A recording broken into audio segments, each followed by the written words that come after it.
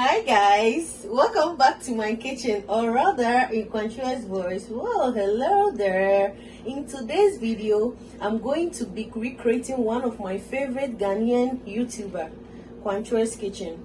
I just really love her channel and all her recipes. In today's video, I'm going to be cooking or to be recreating one of her recipes. And stay tuned and let's cook together. Yeah, I know you can tell what we are making already. We will be making this very simple corned beef stew today. This is a very simple recipe and you don't need a blender to make this. If you don't have one, I got you on this. For you students out there and for you who have just moved out of your house or your home, your blender is simply not working, this is a good recipe that I know you are going to love. Since I'm going to share the recipe with you today and hope you are going to enjoy making this combination.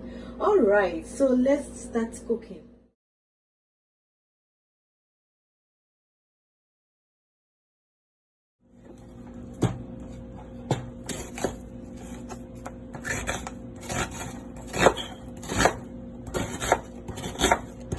So to start, I'm going to cut up some garlic. It is optional if you don't like it, but it's always nice to use garlic. And I'm also going to cut 4 pieces of garlic, and after that I'm going to cut up my onion. So right now I have set my pan on the fire and I'm going to be making my stew in this, and I'm adding in some vegetable oil, about 3/3 cups of oil. And now that is the oil. Now that the oil is hot, I have added my garlic and half of my sliced onion, and I'm going to save the rest for the stew. The rest when the stew is cooked, because I like crunchy bites in my stew when I eat it. So I'm going to cook this onion until it's soft and sweaty. And I'm not really going to caramelize this stew. I just want it to cook and fragrance, and then I will go ahead and add the rest of my ingredients to this. And as I said, this recipe you don't need any blender. It's a quick recipe with very simple ingredients and simple aroma and flavor, but the taste is just beyond amazing. So here I have added about a teaspoon of curry powder to my onions, and you saw my onions didn't caramelize, soft, sweaty, and I added the curry.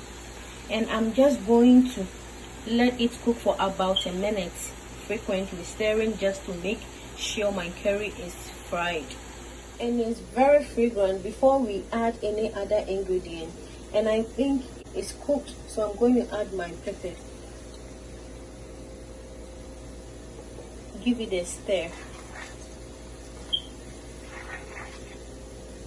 I added 2 tablespoons of powdered pepper, but you can also choose to use any amount that you wish to. And here now I have added about 2 tablespoons of tomato paste. In here, you just want to make this stew very simple. You could even do without the tomato paste, just that you want your stew to be rich and beautiful. And have a nice color when it's cooked. Just make sure you stir so the whole paste will be well incorporated into the oil. All well mixed up, and I'm going to let this cook for about 2 minutes whilst I keep stirring.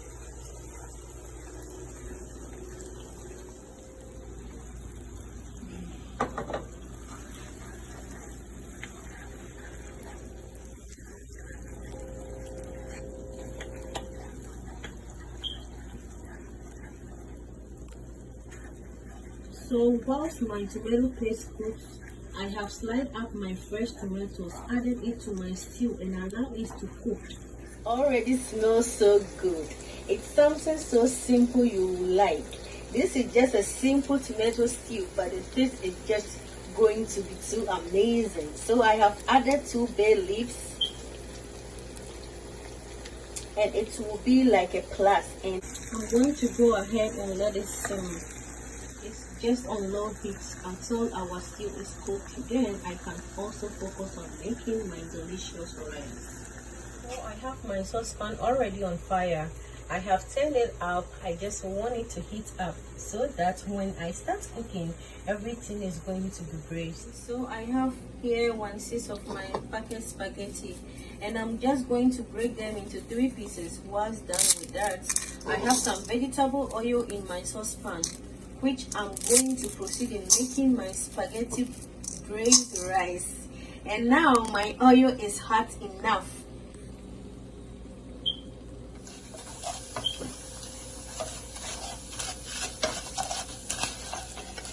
So now my oil is hot enough, and I have added my spaghetti, garlic, and onions. This is the hardest part of making this rice because the spaghetti is dry and brittle. So what I advise is, as soon as you have the spaghetti in the oil, please try as much as possible to focus on stirring. So you have a golden brown, uniformly brown spaghetti and nothing else.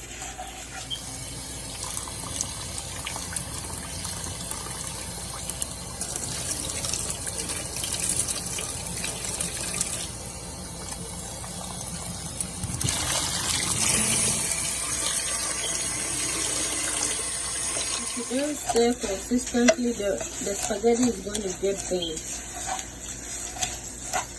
So what I advise is, as soon as you have the spaghetti in the oil, please try as much as possible to focus on stirring. So you have a golden brown, uniformly brown spaghetti and nothing else. So I have managed to cook my spaghetti until it turns golden brown. No part of it is burnt, and I have washed my rice. I'm adding it now.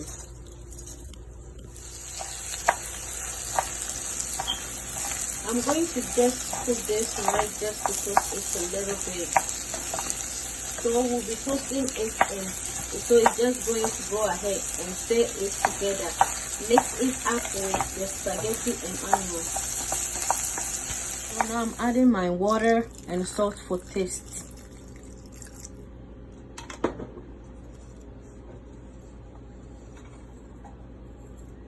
It's just a tablespoon of salt for taste. And give it a stir.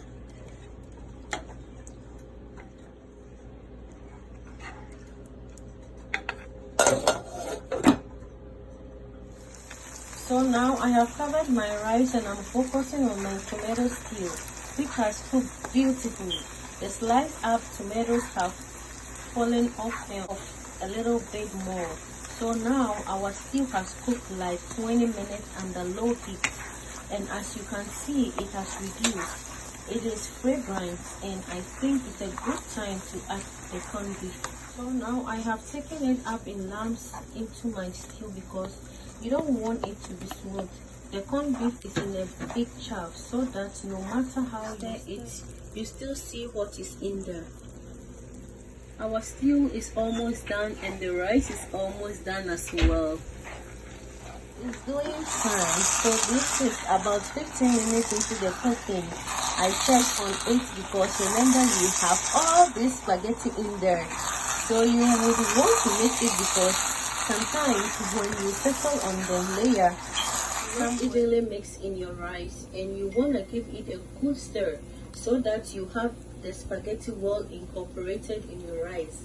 So when it is done, you are serving it.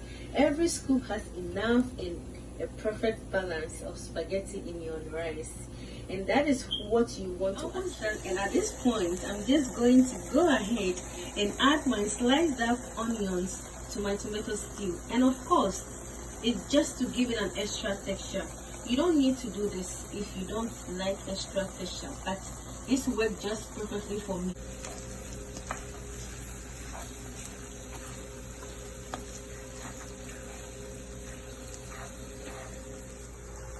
And look at this rice. It is cooked to perfection and just beyond amazing. I also put some boiled eggs on fire to make some hard boiled eggs.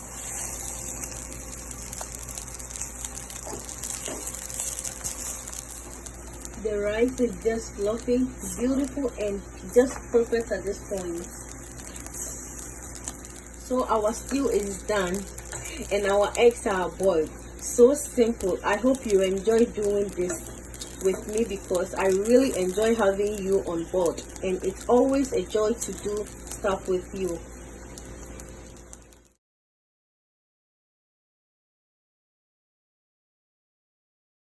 Now our food is done. It smells so amazing. The taste is on point, very simple, and it's gonna pass so well with the rice. And if you have cooked up some yam, this is going to be just as delicious as it is.